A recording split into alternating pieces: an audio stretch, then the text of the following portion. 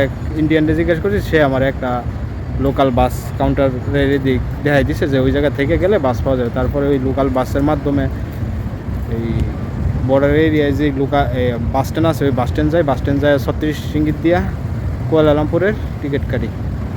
36 ringgit দিয়ে ticket কাটানোর পরে মালয়েশিয়া কুয়ালালামপুর পৌঁছাইতে আমার সন্দেহ হয়ে গেছে। আর রাস্তাঘাটে কিছু জাম ছিল, মাঝখানে একবার বিরতিও দিছিল, কিন্তু আলহামদুলিল্লাহ সহি সালামতে গেছে। কাল রাত্রে কুয়ালালামপুর আইসা পৌঁছাই, একদম আমার হোটেলে পৌঁছাইতে সম্ভবত 9টা-10টা বাজে গেছে। তারপরে বাইরে কিছু খাওয়া দাওয়া করে শুয়ে থাই। আজকে বের হয়েছি। আর যারা সিঙ্গাপুর থেকে মালয়েশিয়া আসবেন, আমার মতে এরা সিঙ্গাপুর থেকে টিকিট না কাটারই বেটার।